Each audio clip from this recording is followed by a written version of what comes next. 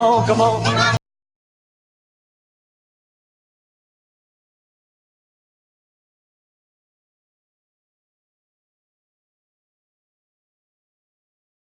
Estamos aqui de novo no programa Projeto de Vida. É um programa patrocinado pela APEX, Associação Internacional da Programação Existencial, que quer dizer, ao fim e ao cabo, o projeto de vida, né? Ou seja, o que você anda fazendo, né, na sua existência que agrega valor, o que você está pensando em deixar de legado para os seus filhos, para as futuras gerações, né? Qual que é o valor? O que você está fazendo que realmente é importante? Você tem alguma meta ou algumas metas?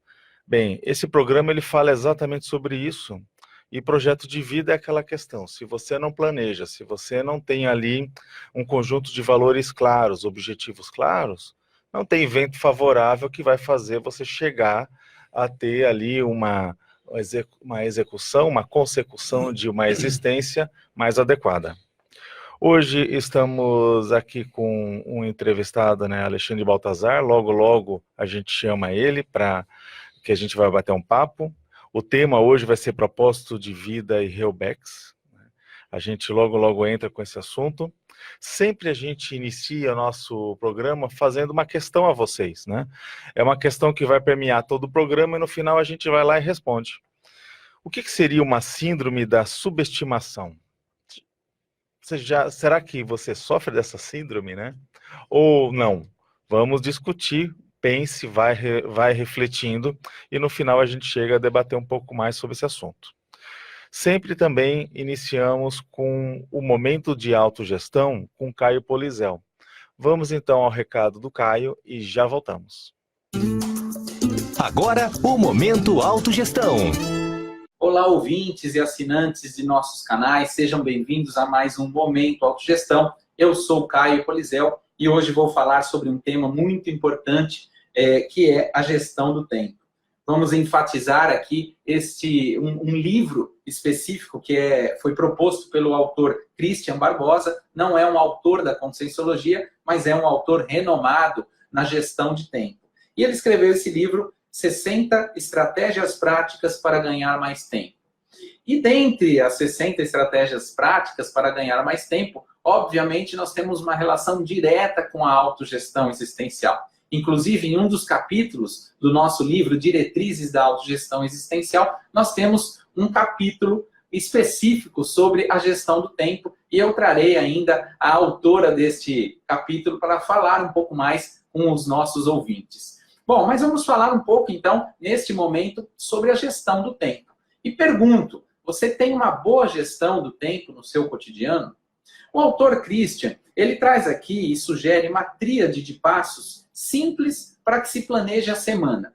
A primeira delas são as ações ligadas às coisas importantes da sua vida. A segunda, dentro desta tríade, é o item faça suas metas saírem do papel. E a terceira são os projetos e antecipação. Então veja o seguinte, primeiro as ações ligadas a coisas importantes da sua vida. Você tem clareza quais são as coisas mais importantes da sua vida? Você definiu isso para você? Você já parou para refletir se o prioritário é a sua família, é o seu trabalho, é o dia a dia? E quais os itens desse dia a dia? Ah, não, Caio, mas eu não posso pensar assim, a minha família é importante, meu trabalho é importante, ok. Mas o que dentro do trabalho e quais são os limites? O que dentro da família e quais são os limites? Quanto que você vai encontrar, vai se dedicar para o seu filho, para os seus pais, para a sua esposa, para o seu marido? Isto tudo é muito importante que você tenha clareza, tenha definido isso. E não estamos aqui falando de que a pessoa deva virar um robô e cumprir aquilo como se fosse uma máquina. Mas sim, se ela não reflete sobre aquilo que é prioridade, pode ser que ela não coloque na agenda no dia a dia, que ela não reserve tempo para brincar com o filho ou com a filha, que ela não reserve tempo para visitar ou ligar para os parentes mais próximos. Isso precisa ter muita clareza. Por isso, este item define as coisas mais importantes para a sua vida. Uma vez que você tiver clareza sobre o que é importante, quais as ações você deveria fazer para isso, você deveria definir, está no segundo item, faça suas metas saírem do papel. Primeiro, quais são as metas? O que você deseja alcançar? Se está claro que você precisaria se dedicar X tempo para um familiar específico, quando será isso? Em que dia da semana você desenvolverá esta atividade? Como será realizado esta ação? Todos esses itens são importantes porque, se você não pensar sobre isso, a dificuldade de tirar esta ideia, que muitas vezes estava na sua cabeça, e você começou a colocá-la no papel, de que ela vá para a prática. Então, pense nisso. Como é que você deveria organizar a sua semana para tirar as suas ideias, os seus planos, as suas metas, os seus objetivos do papel e para que eles se tornem realidade? Crie com clareza em que dia da semana, qual horário, o que você fará. Só assim você terá êxito nos seus planos e, com isso, com os resultados sendo alcançados, você vai se motivando cada vez mais para criar novas metas, novos desafios e desempenhar mais uma ação positiva e produtiva. E o terceiro item que o autor trouxe aqui para a gente são os projetos e antecipação. Definir o planejamento para ações relacionadas à identidade e metas, chegou a hora de determinar tarefas e compromissos rotineiros a serem cumpridos. Bem alinhado com isso que eu disse antes. Uma vez que eu tenho a clareza sobre o que é importante e começo a fazer com que as metas, de fato, comecem a serem colocadas como prioridade e eu começo a criar os espaços, eu começo aí sim a fazer isso que foi dito. Quais são as tarefas? Quais são as rotinas que eu vou implantar no meu dia a dia? Pense, se eu acho importante praticar exercício físico, que tal eu desempenhar isso e deixar reservado esta atividade numa rotina útil?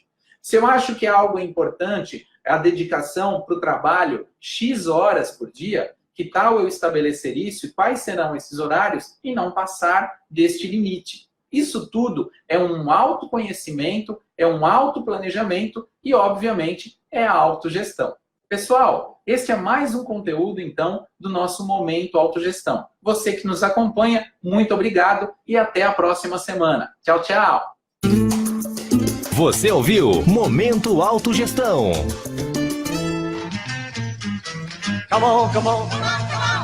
Come on, come on. Voltamos, pessoal, e vamos para um rápido intervalo comercial e fiquem aqui conosco que vamos começar a nossa entrevista com Alexandre Baltazar daqui a pouquinho. Estamos apresentando o programa Projeto de Vida. Come on, come on. Come on, come on. Voltamos, pessoal. Você que está aí ligado na RCI, sempre ao seu lado, Rede Comunicadora Iguaçu, 1320 AM, são 13 horas e 15 minutos, agora são, daqui a pouco vai ser, pronto, já virou 16, 13 horas e 16 minutos, e acompanhe com a gente, nós estamos até às 14 horas aqui com vocês, sempre falando sobre o projeto de vida, trazendo informações, como agregar valor, como tornar a nossa vida importante não só para nós, mas para os outros, o que você vai deixar, qual vai ser seu legado. Então nós temos que pensar grande, né? Se a gente não tiver meta, não tiver aí um planejamento mínimo, a vida vai passar rapidinho e a gente vai falar, puxa, poderia ter feito pontinhos. E a gente não quer que aconteça isso. Então vamos lá, hoje nós estamos aqui com Alexandre Baltazar. Tudo bem, Alexandre? Tudo jóia. Vai.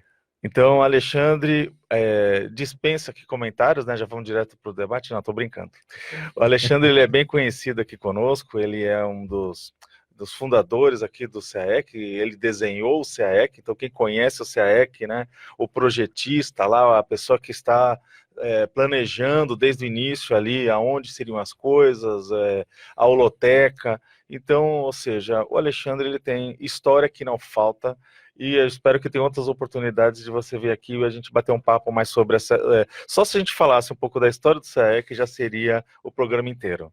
Mas nós viemos aqui, ele veio aqui para a gente aproveitar, ele tem um tema de pesquisa que é sobre Heubex. Então o tema é Projeto de Vida e a Heubex. Heubex é uma contração de reurbanização extrafísica, mas ele vai comentar sobre o assunto. Eu vou apenas apresentá-lo inicialmente para a gente já partir aqui para as perguntas e o nosso debate. Bem, o Alexandre Baltazar, ele nasceu em Criciúma, em Santa Catarina, no estado aqui ao lado, né? Graduado em arquitetura e urbanismo, ele é mestre em gestão urbana, professor universitário, arquiteto e empresário. O voluntariado dele, ele começou a mexer lá com a Consciologia em 93, ele é professor desde 94, então, quer dizer, uma carreira docente aí muito grande, né? Olha só, nós estamos aqui em 2019. Verbetógrafo aqui da enciclopédia, e hoje a área de atuação dele, de pesquisa, está muito relacionada à para-urbanologia.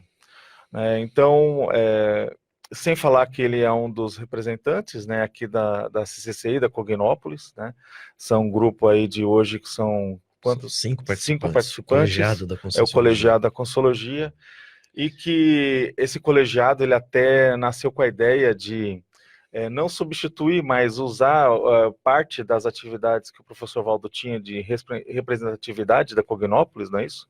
Isso. O colegiado ele foi criado, foi uma ideia do professor Valdo, né? Foi uma proposição dele. Tem o verbete do Dicionário de Argumentos da Conscienciologia, que é justamente o colegiado... Propondo essa ideia. Exatamente. Né?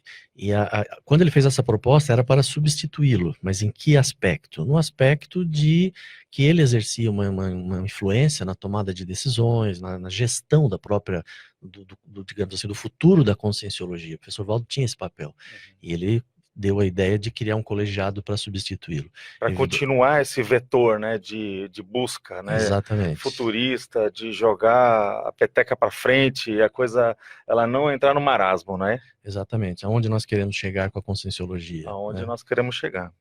Isso tem a ver com a para-urbanologia, Alexandre? Tem tudo a ver. Então tá bom. Tem tudo a ver.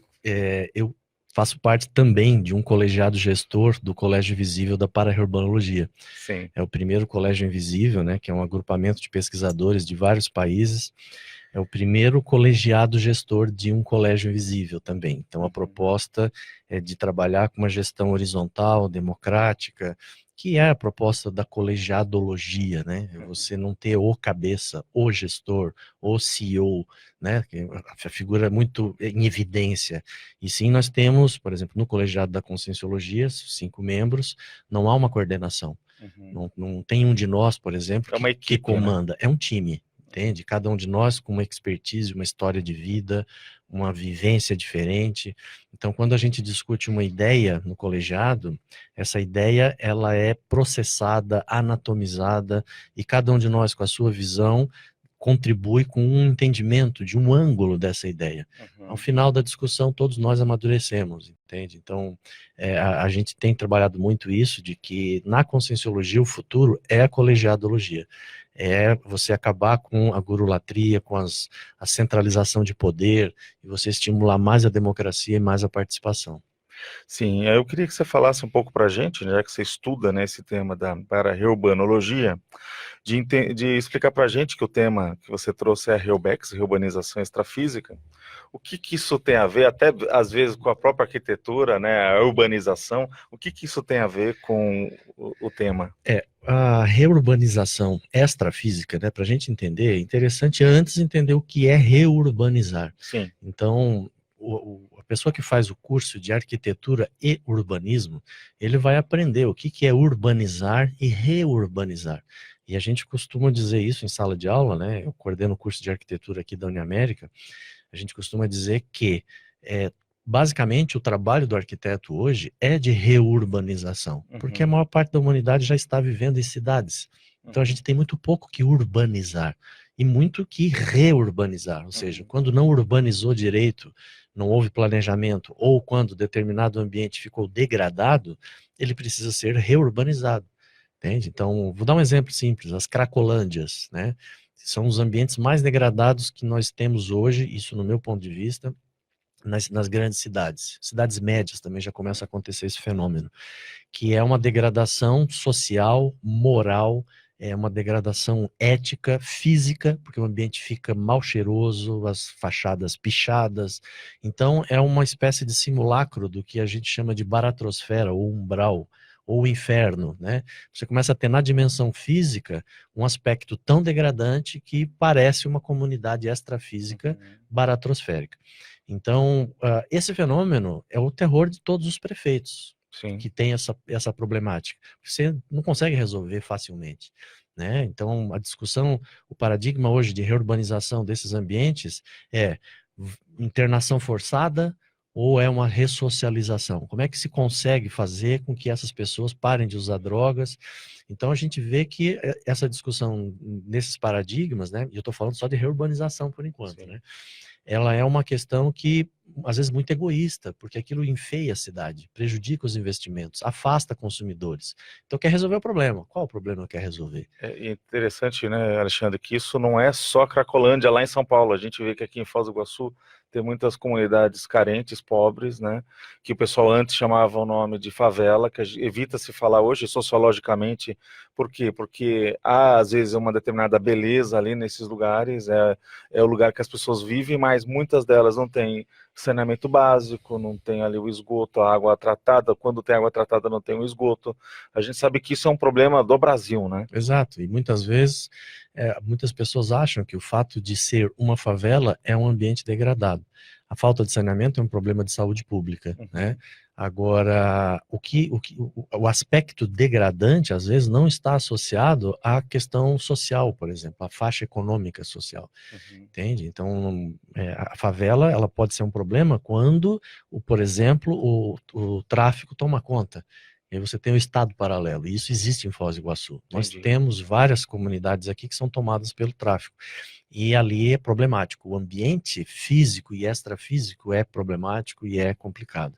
Então, dentro da reurbanização existem paradigmas, né? E a gente percebe que se a variável extrafísica não entra na conta, mesmo que superficialmente, é muito difícil você conseguir algum êxito, porque o problema acaba voltando. Eu queria que você falasse um pouquinho, por exemplo, uma pessoa que não percebe nada, não entende nada, ela vai visitar um desses lugares que está degradado hoje aqui na dimensão humana. Ela sente que tem alguma coisa diferente no ar, não sente? Sente. Todos nós temos algum nível de sensibilidade energética, né? Quem é que nunca entrou num ambiente, seja ele qual for, e achou baixo astral? Nossa, que não gostei desse lugar aqui, muito esquisito, eu não estou me sentindo bem aqui não, vamos embora, vamos. Por que a pessoa sentiu? Que leitura é essa? Qual foi o instrumento que ela usou para poder fazer esse diagnóstico de que o ambiente era baixo astral, ou sei lá, tá esquisito, tá ruim, não estou me sentindo bem. Muitas vezes a pessoa ela não consegue entender mensurar, da onde que vem, mensurar, exato. Que escala que ela está usando. E porque é invisível, né? Exatamente. Aos olhos orgânicos, humanos, né? Se a pessoa parar, e aí entra a conscienciologia, né? Nós temos ferramental e todo um corpo de conhecimento para estudar isso. Se a pessoa começa a parar, pensar, peraí, qual que é o meu referencial de qualidade de ambiente? Aonde que eu me sinto bem? Aonde que eu me sinto mal? Ela vai começar a perceber isso. E às vezes, o que é mais interessante, ela vai começar a perceber pessoas que fora desses ambientes têm uma energia parecida com aquele ambiente. Entende? Então não é o ambiente, é algo mais. Então é o quê? São as energias. Quando a pessoa começa a entender isso, que o padrão é energético, ela vai ficar esperta. Aí ela vai querer esperar. Então eu tenho energia. Se eu tenho energia, como é que eu acumulo? É isso então, que é a tal da imposição de mãos, é isso? Você dá energia para quem está precisando? E quando vem uma pessoa, começa a conversar com a gente e você começa a bocejar, o bocejo, para quem não sabe, é um indicador de que você está sendo drenado energeticamente. Se você não fizer alguma coisa, se você não conseguir parar isso, daqui a pouco você está precisando deitar ou se alimentar, porque vai ficar fraco, a pessoa se sente mais enfraquecida. Entende? Então é o vampiro energético. Está cheio de vampiro energético na sociedade, a gente tem que ficar esperto. É interessante, Alexandre, não sei se você lembra daquele filme Ponto de Mutação.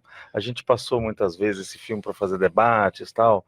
Ele era o caso que tinha um político, tinha um filósofo e tinha uma artista plástica, e os três eles estão andando e conversando, né? Eles estão meio que batendo um papo. Ele é com base na ideia do Capra, né? Ou seja, ele é baseado num livro, né?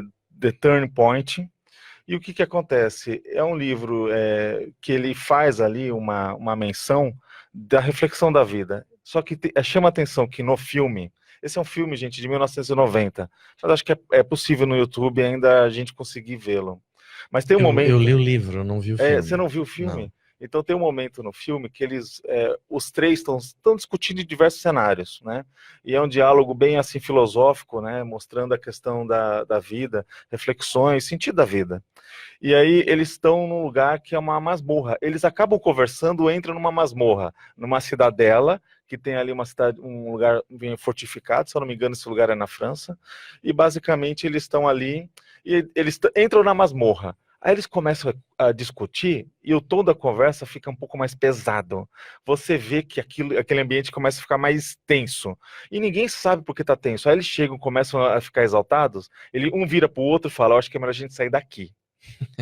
Então é mais ou menos o que você está falando, ou seja, tem alguma coisa naquele ambiente que não é o que eu estou vendo, mas às vezes as energias, aquilo que está impregnado, foi um cenário não adequado. Por exemplo, a gente pensa, uma masmorra, alguém foi torturado, alguém ficou lá, né, praguejando, alguém lá ficou num estado degradado, né, consciencialmente. Exato. Então a gente vê que a situação cria um ambiente. Mas eu queria que você falasse o que isso tem a ver com o projeto de vida das pessoas, se tem uma relação. Mas você não responde agora, vamos para um rápido intervalo e já voltamos. Come on, come on. Então voltamos aqui com o Alexandre. Alexandre, a gente ficou naquela pergunta do que, poxa, toda essa situação desse ambiente, né, às vezes mais pesado, que às vezes as pessoas começam a ficar até mais exaltadas, bravas, e não sabe por quê. Às vezes a gente percebe que até ocorre isso em festas, né? Que tem todos os parentes, eles se reúnem, né? Aí, de repente, uma conversa vai para um lado errado, todo mundo começa a olhar a cara torta um para o outro, né? E será que isso tem a ver com essa ideia tua da Helbex e com os propósitos da vida? Vamos ampliar um pouco a questão da noção, né, da reurbanização extrafísica. Tem um conceito na Conscienciologia chamado holopensene, que é o conjunto de pensamentos, sentimentos e energias. Cada um de nós é o seu próprio holopensene, tá? Então eu costumo brincar muito, às vezes, em aula de Conscienciologia, as pessoas elas pensam, né, nossa, quando eu morrer, será que eu vou para o céu ou será que eu vou para o inferno? Para onde que eu vou quando eu morrer? E eu costumo dizer o seguinte, você vai para onde você está agora. Quem são as suas companhias físicas e extrafísicas? Entende? Então, assim, se você tem um holopensene, um conjunto de pensamentos positivos, e você quer o bem para as pessoas, você está bem acompanhado. Então, quando você passar pela morte biológica, você vai continuar com essa turma que você já está em sintonia. Se a pessoa tem pensamentos de ódio, de inveja, enfim, de raiva, querendo ou não, deseja mal para as pessoas, a hora que ela falecer, ela vai automaticamente continuar nessa sintonia. Então, se existe um holopensene, as consciências extrafísicas, ou seja, quem já passou pela morte biológica, está em determinada dimensão que, na verdade, é uma dimensão de um holopensene. É uma dimensão que tem pensamentos, sentimentos e energias. É um bolsão. É um bolsão. É um bolsão holopensênico, é um conceito que a gente também usa na Conscienciologia. Então, assim, para onde que você vai depois que você falecer? Analise os seus pensamentos. Pense no que você deseja para os outros, o que você deseja a si mesmo, é para lá que você vai.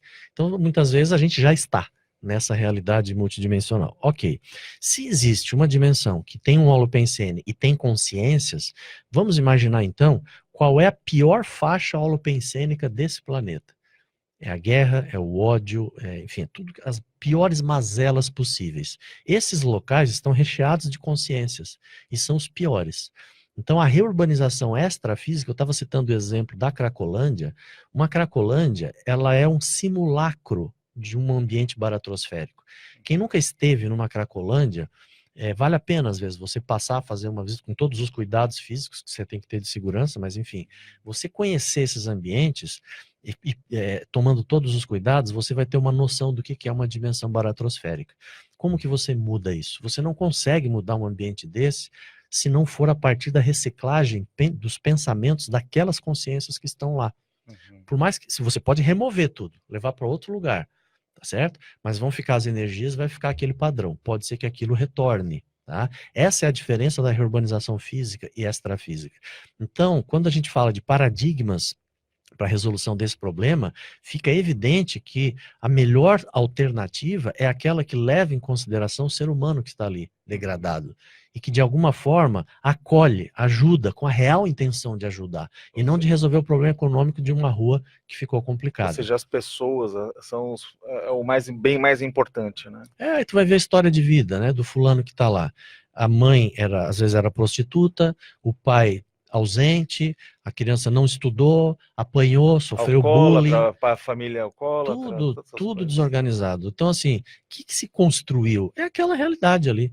Então, quando chega alguém querendo ajudar, isso já é inédito na vida daquela consciência, alguém se preocupar com ela. Entende? E quando se fala isso em alguns fóruns de discussão, dá a impressão que a gente está sendo romântico, que isso não adianta, entendeu? Que isso não vai resolver, tem que internar a força, tem que dar cacete, tem que dar pancada. E a gente vê que isso não resolve o problema, entende? Agora, voltando para o aspecto extrafísico, né, da reurbanização extrafísica. Os problemas são tão complexos e tão gigantes que não somos nós, não é o Alexandre, não é o André, que resolve esse problema. A solução e o planejamento dessa solução é coordenado por consciências extremamente evoluídas. Tá? Mas eu queria saber de ti uma coisa. A gente vê que tem um lugar aqui na nossa cidade que é problemático e que tem essas pessoas ali. A gente sabe que tem algumas regiões aqui, né, que visivelmente até a beira-mar, né, Beira-Rio, né, é uma região assim muito mal frequentada, né. E aí você percebe o seguinte: o que você vê do ponto de vista do nosso quinhão que a gente pode fazer para melhorar essa condição ambiental? Primeiramente, eu só gostaria de enfatizar um aspecto que muitas vezes essa favela, ela tem pessoas que moram lá que trabalham nas nossas casas, ou construíram as nossas casas. Ou seja, que são gente do bem, são pessoas igual não deve você. ser rotulada, é Exatamente. isso, né? Eu gosto de evitar a rotulação, porque em grandes arranha-céus de altíssimo luxo, você tem ambientes absolutamente degradados extrafisicamente, por causa do uso de cocaína, de uso de bebidas alcoólicas, de promiscuidade, de prostituição. A intencionalidade daquele Exato. indivíduo, Então, daqueles indivíduos. A gente só tem que tomar um cuidado com o aspecto da aparência física de determinados ambientes, né? Então, quem vê cara não vê a realidade. Esse é um detalhe importante. Mas, feita essa ressalva, quando você tem uma favela, por exemplo, um narcotráfico, que tem prostituição e pode ter cracolândia lá dentro, você começa a ter ambientes muito pesados, tá certo? Como fazer para reurbanizar isso? As políticas de reurbanização física, se elas forem sistêmicas, elas podem dar resultado. E aí, é interessante a gente pensar como é que é o perfil energético dos assistentes sociais, né, as pessoas da linha de frente da reurbanização física. Ou seja, as pessoas que vão lidar diretamente com essa população. Exatamente. Você vai ver que essas pessoas fazem muita assistência. Elas às vezes não conhecem conscienciologia, não ouviram falar de chakras, de energias, mas são pessoas fortes e elas fazem a diferença. Tem boa intencionalidade, são pessoas fortes, são bem assistidas, elas têm os amparadores, ou anjos, ou o nome que quiser dar, e elas estão numa linha de frente de reurbanização. Então, quando falamos em reurbanização, não quer dizer que só quem faz a reurbanização é quem está na conscienciologia, de jeito nenhum, entende? Então, vamos deixar isso bem claro. A reurbanização física, os agentes de reurbanização física são pessoas fortes energeticamente, senão elas não aguentariam o tranco. E eu conheci muita gente ao longo, pesquisando a reurbanização, né? Eu participei de projetos em São Paulo, Espírito Santo, aqui em Foz do Iguaçu, e eu conheci pessoas que você fala abertamente sobre o processo energético, dessas dificuldades, e a pessoa entende. Sim. Então ela está atuando numa linha de frente de reurbanização. Ou seja, ela percebe essa interferência energética e que ela, de alguma maneira, pela intencionalidade, pela assistência que ela recebe, exatamente, ela entra blindada. Exatamente. Né? Então ela é forte, ela consegue fazer. Então, um projeto recente que nós desenvolvemos aqui, um anteprojeto, que é o Parque Linear do Rio Boici, a gente percorreu durante 4 dias numa expedição da nascente até a foz, todos os recantos do rio. Nós vimos favelas, a gente viu o ambiente degradado, a gente viu o tráfico acontecendo, mas a gente viu recantos do rio fantásticos, cascatas, a natureza preservada, E foi muito bacana, entende? E ali nós publicamos um diagnóstico com 15 capítulos falando sobre a flora, qualidade da água, a questão da saúde dos moradores do entorno, as famílias que moram nas margens e terão que ser relocadas. Então a gente viu que o problema é um problema sistêmico e a prefeitura está dando seguimento nesse projeto. Então a eficácia dele vai depender de uma gestão muito bem amarrada para conseguir levar isso tudo direito. Não dá para negligenciar. Então, um dos aspectos que a gente fala sempre, né? Você tem 550, 560 famílias morando nas margens do rio. Se essas pessoas forem retiradas à força, esse projeto já nasce morto. Já melou. Nós estamos falando de holopensene, você imagina 600 famílias, dá 1.500, 2.000 pessoas, assim, furiosas por causa do projeto. O projeto já está furado. Agora, quando essas famílias, com respeito, são convidadas para relocação, para um local próximo de onde elas moram, elas vão ser as primeiras a defender o projeto. O projeto começa a decolar. Não tem pedrada para derrubar o projeto. Agora, eu queria que você falasse um pouquinho, o que beneficiaria uma pessoa que mora em outro lugar, por exemplo, em situações, a gente sabe aqui, nossa região tem bairros melhores. Lá na Vila A, tem Vila B, né? Então, tipo, o que essas pessoas beneficiariam mexendo ali naquele lugar que é distante, que muitas vezes não incomoda os seus olhos, mas o que isso afeta, no caso, o bem-estar daquela pessoa? A pessoa estando distante? Exatamente, porque às vezes ela não tem essa conscientização que o problema também é dela, entende? Sim. É isso que eu queria que você falasse um pouquinho da tua visão. Na verdade, assim, quando a gente aborda o aspecto do holopensene, a dimensão física ela é secundária, porque para você alterar um holopensene, você altera com pensamento, você não altera fisicamente, né? Então, é evidente, a pessoa estando próxima de um local que está sendo reurbanizado ou distante, ela pode estar conectada e pode estar ajudando isso. Entendi. Entende? Então, independente de distância. Exato, independente da distância onde ela estiver. É evidente que a linha de frente da reurbanização, você tem pessoas fortes, não dá. Então eu cito como exemplo o CAEC, né? Eu sou um dos fundadores lá do CAEC, eu me mudei logo no início. Se você observar o perfil das primeiras pessoas que coordenaram o CAEC, todos eram tratores. Você não tinha pessoa fraquinha. Entende? É só você ver o time que estava aqui nos primeiros 5 anos. Era tudo gente muito forte energeticamente. Tinha que arrancar muito toco. E quem não era forte acabou ficando. Por quê? Porque você se submete a uma condição de uma pressão holopensênica muito forte e você vai ter o amparo suficiente para conseguir segurar aquele trabalho. Então você automaticamente vai criando uma pele mais grossa. Entende? Chega uma hora que você leva uma pancada e nem percebe mais. Entende? Então, e o bacana disso é saber que existem essas pessoas na prefeitura, né, eu chamo a atenção para os assistentes sociais, né, o pessoal do serviço social, porque são pessoas que atuam diretamente nessa linha. E você vai ver, todos eles são muito fortes. Ou seja, eles estão espalhadas assim na sociedade, não é isso? Então.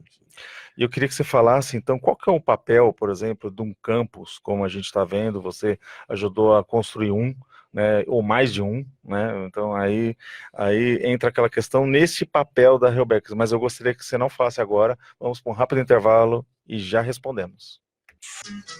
Come on, come on. Come on, come on. Voltamos, estamos aqui com você na RCI, meu nome é André Chatoloff, estamos no programa Projeto de Vida, entrevistando aqui o Alexandre Baltazar. Agora é 1h46, Foz do Iguaçu. Nós ficamos então, Alexandre, com essa pergunta no ar, de tipo, qual que seria o papel de um campus, né? Ou seja, você ajudou pelo que eu percebi na tua história, mais de um campus você ajudou a construir, e os efeitos disso na reurbanização. Vamos lá, eu queria só resgatar uma coisa, logo uma pergunta anterior que você falou da para-reurbanologia e o professor Valdo. A especialidade do professor Valdo era para a reurbanologia. Quando a gente criou o Colégio Visível, a gente foi falar com ele, ele olhou e falou assim, cuidado que vocês estão invadindo meu território. Porque era a especialidade dele, né? E aí, enfim, ele deu um maior apoio para nós, tanto é que a definição de para-reurbanologia é a definição que foi criada pelo Colégio Visível, né? Então, assim, a para-reurbanologia, o Valdo dizia isso, que é o começo, o meio e o fim de tudo que a gente veio fazer aqui. Nada do que a gente faz na conscienciologia hoje está fora do âmbito da reurbanização extrafísica. Não é um tema de pauta da reurbanização. a Conscienciologia... Não, tudo que a gente faça não está fora da pauta. Exatamente. Né, exatamente. da reurbanização. Então a Reurbex, ela permeia tudo, né? Todos os nossos trabalhos visam isso, que a gente resume dizendo que é a transformação do hospital-escola, que é esse planeta, numa escola-hospital. Ou seja, inverter essa balança, a gente ensinar mais do que ficar atendendo os feridos, né? Enfim, então o campus de Conscienciologia, ele tem um papel muito importante na Reurbex.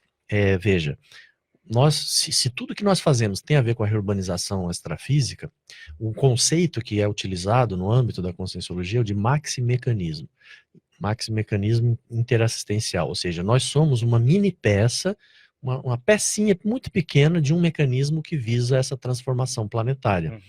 Quando você tem, por exemplo, um bairro, que é uma cognópolis, né, começa com um campus, depois se transforma numa cognópolis, você tem 100, 200, 300 pessoas fazendo TENEPS, que é a tarefa energética pessoal, é aquele passe energético, isso é uma técnica da Conscienciologia, para você assistir às consciências extrafísicas.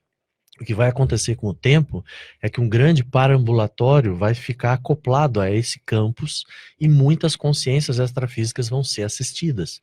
Na hora que um campus começa a chegar nesse patamar, que aqui em Foz do Iguaçu já está além disso, nós temos o campus Aracê, que eu também fui um dos fundadores lá no Espírito Santo, Saquarema, né, é um outro campus do IPC, tem a proposta de fazer agora um outro campus em Florianópolis, na grande Florianópolis, Natal também tem esse interesse, enfim, você começa a criar, na verdade, paraambulatórios, que vão auxiliar no processo da reurbanização extrafísica. Então, se uma pessoa que faz TENEPS é uma mini peça desse mecanismo reurbanizador, ou seja, ela limpa rastro, né, negativo do seu passado e do seu grupo karma ou da sua família, essa pessoa está ajudando nessa limpeza, ela é uma mini peça desse maximecanismo reurbanizador. E se ela faz parte de um time que está dentro de um campus, criando um paraambulatório desse, evidentemente ela já deixa de ser uma mini peça e passa a fazer parte de uma engrenagem maior, desse mecanismo reurbanizador. E a gente viu o Daniel aqui, o nosso colega, colocando no comentário, só acredito vendo. E exatamente a postura que a gente estimula na própria Conscienciologia é o princípio da descrença. Você não precisa acreditar em nada do que está sendo falado aqui. No momento em que a gente tem uma experiência, por exemplo, eu falei lá no início o cara que consegue identificar um ambiente baixo astral.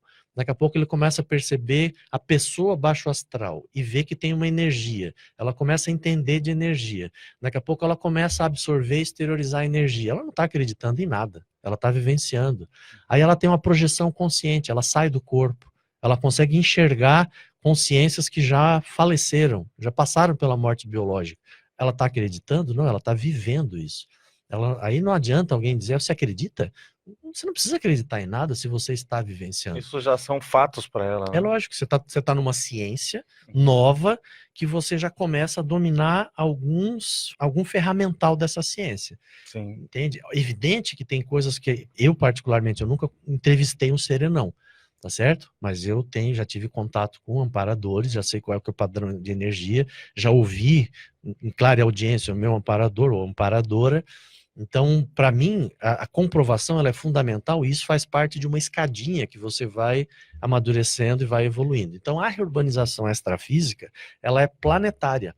Todas as pessoas, respondendo a pergunta em relação ao propósito de vida, todas as pessoas que sentem que têm uma missão de vida, um propósito, elas estão de alguma forma sentindo que elas precisam ajudar esse planeta. Se elas precisam ajudar esse planeta, elas estão envolvidas de uma forma ou de outra, direta ou indiretamente, no processo de reurbanização. Muito bom. Quanto mais a pessoa, a gente fala da técnica da TENEPS, quanto mais veterana for a pessoa, praticante da tarefa da energética pessoal, a TENEPS, mais ela começa a vivenciar, entender ou mesmo se interessar pela reurbanização extrafísica. Bem, esse assunto é vasto, hein, Alexandre? Eu queria que você fizesse aí umas considerações finais, né, porque a gente está aqui chegando nos minutinhos no fechamento, né, da nossa entrevista. Eu sei que esse assunto de reurbanização extrafísica, vocês têm um colégio invisível, né, que eu acho que a gente poderia deixar um endereço, né, de acesso, né, para eles poderem perguntar e até saber um pouquinho mais sobre isso. Não sei se é fácil de a gente chegar e passar algum lugar, algum endereço eletrônico que vocês tenham. Olha, a gente pode passar, eu vou passar o telefone do SEAEC, que é 3525-2652. Desde o século passado esse telefone funciona, tá? Eu queria fazer um convite, né, para as pessoas irem conhecer o SEAEC. Hoje nós temos na Cognópolis, Foz, Cognópolis quer dizer cidade do conhecimento. Então a Conscienciologia, ela fez um apanhado de todo o conhecimento humano e pegou aquilo que mais interessa para estudar a evolução da consciência. Okay. Então nós temos a OIC, que é a Organização Internacional de Consciência Terapia, é um campus focado na interassistência, processo terapêutico. O SEAEC, que é o nosso primeiro campus, o mais antigo, que é onde ele é aberto ao público, tem exposições, é um ambiente muito agradável de você ir conhecer. Você pode ir almoçar no SEAEC, conhecer o tertuliário, conhecer a holoteca, enfim. A Reaprendência é um outro campus que nós temos aqui, mais voltado à questão da parapedagogia. A Asinvex, que é um campus que eu sou voluntário atualmente, estou ajudando a implantação, e ele está focado num processo de estudo da conscienciologia pelos mais jovens. São as pessoas, aquele intermissivista, né, uma pessoa que se reconhece como conscienciólogo, que quer antecipar a sua programação existencial, o seu propósito de vida. Tem até aquela Alameda que vocês estão criando. Isso, a gente fez um projeto que está em implantação, que é uma calçada que simboliza a vida humana, de 0 a 100 anos. E tem como propósito a pessoa fazer a caminhada e refletir acerca do que ela veio fazer nesse planeta. Super importante fazer Exato. isso. Né? Independente do credo, do interesse, se é ou não estudante de conscienciologia, é uma vivência que a pessoa vai ter e que deve despertar nela o propósito de vida dela. Tá? E o outro campus é o campus da IEC, o Polo Discernimento, que também tem diversas instituições. Então a Cognópolis está aberta para quem quiser conhecer, preservando o princípio da descrença, mas vá nos conhecer, vá ver o que nós temos a oferecer de evolução da consciência e de melhoria desse planeta que nós estamos vivendo. Muito obrigado, Alexandre. Acho que o assunto é vasto, a gente... dependendo aí da sua agenda, a gente pode fazer outras entrevistas e conversar sobre outros temas. A gente vê que aí a informação que você tem a trazer para nós é muito vasta. Então, obrigado. Eu que agradeço, é sempre um prazer estar aqui na RCI, falando de assuntos tão evoluídos. Sim. Então, pessoal, agora nós vamos para o momento, o ProExis no Mundo. ProExis no Mundo é justamente uma dica, é uma informação passada, né, para qualquer pessoa que esteja aí no nosso planeta, fazendo algo, desempenhando algo que ela perceba que tem a ver com a sua programação existencial, que tem a ver com o seu projeto de vida, e ela vai dar justamente uma palhinha, vai dar justamente uma deixa, né, do que ela está fazendo para fazer, de certa maneira, um mundo melhor. Bem-vindos ao ProExis no Mundo. Então, meu nome é Sandra Tornieri, eu estou estudando e pesquisando a Conscienciologia desde 1989. Então, eu já tinha uma ideia inata, né? A partir dos meus 14 anos de idade, eu tinha uma ideia inata de que era possível a pessoa mudar a própria vida, se ela quisesse, mas para melhor, da noite para o dia. Então, hoje eu percebo que essa ideia inata tem muita relação com a minha visão de uma técnica que a gente estuda na Conscienciologia, que é a inversão existencial. Eu me identifiquei muito com as informações, porque elas eram informações que confirmavam as minhas ideias inatas. E essas confirmações me fizeram ampliar ainda mais a possibilidade de eu atuar de acordo com o meu projeto de vida. Então, eu sabia que eu reconciliar, por exemplo, com as pessoas da minha família, é importante eu ajudar as pessoas, então, fazer algum tipo de interassistência. Então, logo eu quis me formar e me qualificar para a docência da Conscienciologia. Também identificava que era importante ter uma carreira e uma profissão para eu ter mais autodesempenho, autodesenvolvimento pessoal, encontrar um parceiro evolutivo, que foi o que eu fiz na época. Então, encontrar uma pessoa para que a gente fizesse um projeto de vida a dois. Então, isso tudo foi compondo o meu projeto de vida. E a partir daí, eu fui também focando numa prioridade, que também era uma ideia inata, que era o desenvolvimento da minha intelectualidade e do meu mental soma, que é o veículo do autodiscernimento. a partir da escrita e a partir da pesquisa. Eu fui criando várias oportunidades para mim mesma de participar de eventos científicos, de escrever artigos, até que chegou o ponto que eu também sabia que era importante na minha projeto, escrever um livro. Então, eu escrevi o livro, o Mapeamento da Sinalética, o meu modo de pensar. Foram mais ou menos 10 anos de atraso, que eu fiquei um pouco enrolada com algumas questões pessoais que eu tinha que desempenhar. Uma delas, por exemplo, é a dispersão consciencial. Realmente, o jovem, né, a pessoa que tem a polimatia ou que tem a versatilidade, às vezes escorrega nessa questão. No fim, o papel desse livro foi fundamental para eu poder também focar mais naquilo que era mais importante.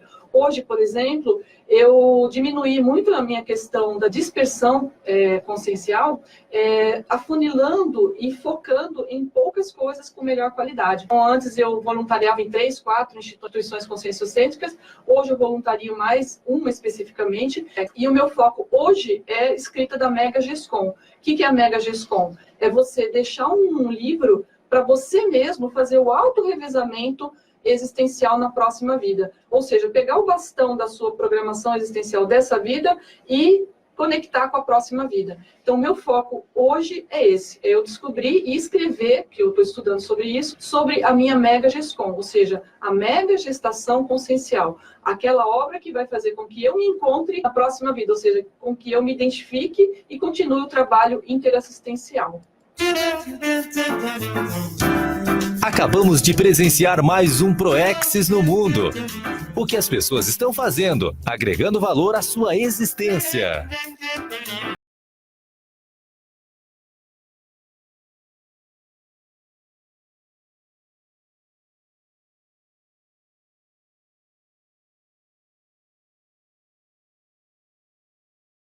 Agradecemos a presença e a participação de vocês que estiveram aí em casa, ou dirigindo, escutando, né, a RCI.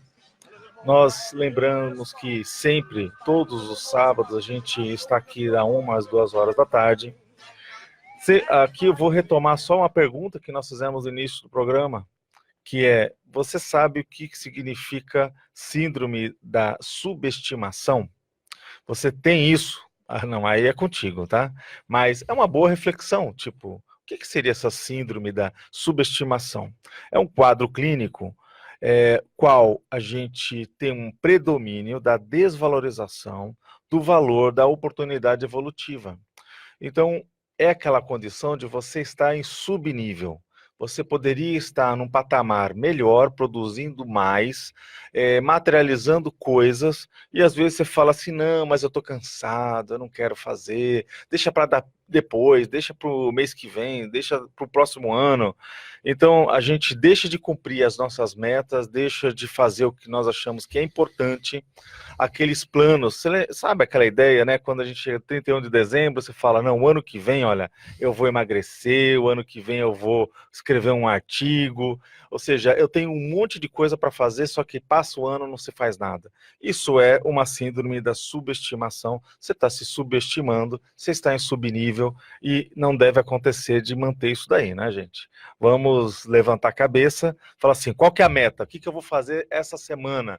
O que eu tenho que planejar para o próximo mês, até o final do ano? O que eu vou fazer? O que você prometeu que você ia fazer e entregar para ti mesmo em 2019? 2019 está indo embora, vamos lá. E a outra questão aqui, vocês viram como é importante, nós discutimos sobre a reurbanização extrafísica, né? A Reubex, e que ela, a gente percebeu aqui pelo Alexandre Baltazar, a gente precisa pensar na nossa reurbanização intrafísica, ou seja, o ambiente, como que é a sua casa, como que é o seu lar. Se você estaria preparado agora para receber uma visita na sua casa? Se não, quer dizer que o ambiente lá não está tão bom, né? Ou seja, precisa acontecer uma limpeza no intrafísico, na tua casa, para as energias fluírem, para o ambiente estar positivo. Então, a manutenção. Agora, você imagina uma degradação ambiental, uma coisa, né, que é importante, até o Alexandre trouxe aqui alguns casos, mas, por exemplo, no portão lá da minha avó, né, lá em São Paulo, chegaram a grafitar. Aí as pessoas falavam, né, vizinhos, tal, inclusive do lado tinha um bar, e até a vizinha chegou e veio falar para mim, olha, grafitaram, tal, né, mas deixa assim, por quê? Porque aí ninguém vai mexer mais. Porque se você limpar, vai justamente preparar para o ambiente para a pessoa ir de novo lá e grafitar de novo. E eu falei assim para ela, não, minha senhora, a gente tem que chegar, eu não vou ficar com deixar minha avó ficar com esse portão sujo aqui. Eu vou limpar. Aí eu fui lá, peguei uma tinta, pintei, tal. E eu falei para ela, olha, você não quer pintar o seu? Ela falou assim, mas eu, pensando bem, eu vou conversar com meu filho, que de repente eu insista, né, para acontecer a limpeza. E eu falei para ela, olha, porque se a pessoa sujar, você vai lá e limpa de novo. E aí vai perceber que a casa é sua, o seu é seu ambiente, é o seu lugar de trabalho, você tem que manter aquilo em alta. Você não é porque uma pessoa foi lá e fez uma coisa errada, grafitou, sujou, você fala assim, então agora eu vou deixar desse jeito porque eu não vou comprar briga com ninguém. Não, é a pessoa que está comprando briga contigo. Mas você não precisa brigar, mas você precisa mostrar que a positividade, o seu bem-estar supera o mal-estar, a má opinião ou mau gesto, né? Quer dizer, o gesto indecente que alguém sujar um ambiente que é do outro. Então, tudo isso faz parte dessa ideia da reurbanização, que é só uma gotinha no oceano, que vocês viram que a coisa é muito mais embaixo. Pessoal, agradecemos aí a presença de todos, a participação e lembrando que sábado que vem estamos aqui da 1 às 14 horas. Bom final de semana a todos e todas. Até mais. Você ouviu na Rede Comunicadora Iguaçu.